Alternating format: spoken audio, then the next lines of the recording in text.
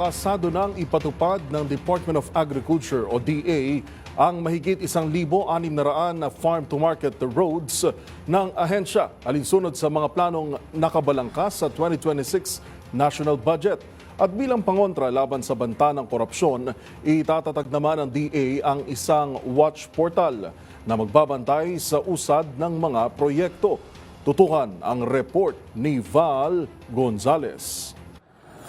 Inihayag ngayon ng Department of Agriculture ang kahandaang pangunahan ng pagpapatupad sa konstruksyon ng mahigit sa 1,600 bilang ng mga farm-to-market road sa bansa ngayong 2026. Sa isinagawang press conference sa DA, tiniyak ni DA Bureau of Agricultural and Fisheries Engineering Director Christy Cecilia Pulido na kompleto ng kakayahang teknikal at expertise ang ahensya para ito may sa katuparan. Sa ilalim ng 2026 budget, nasa 33 bilyong piso ang inilahan ng gobyerno para sa mga FMR projects na ito sa DA. Ang ahensya ng mga ngasiwa sa pagpapagawa ng mga daan sa mga kabukiran para hindi na mahirapan pang mga magsasaka sa paghahatid sa kanilang produkto sa mga pamilihan.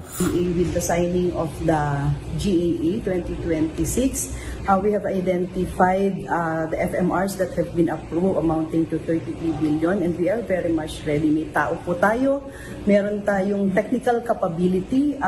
The implementation of FMR is not new to the Department of Agriculture since nag-implement po tayo ng mga infrastructure project like warehouse, irrigation. So we have the capacity to implement farm-to-market. Samantala, para naman masigurong hindi ito mabahiran ng katiwalian at mauwi lang sa ghost project, ay maglulunsad ang DA ng tinatawag na FMR Watch o Farm-to-Market Road Project Watch sa susunod na buwan ng Pebrero. Sabi ni DA Assistant Secretary at spokesperson Arnel Di Mesa, sa pamamagitan ng FMR Watch Portal ay hihikayatin nilang sambayanang Pilipino na magsumbong at makibahagi sa pagbabantay sa tatapusin nilang mga road projects. Paliwanag ni Di Mesa, bahagi ito ng pagtitiyak ni Agriculture Secretary Francisco Chu Laurel Jr. sa direktiba ni Pangulong Marcos na walang pondong mapupunta sa kamay ng mga kurap na politiko sa bansa. Para sa MBC TV Network News, ako si Val Gonzales, DZRH, una sa Pilipinas, una sa Pilipino.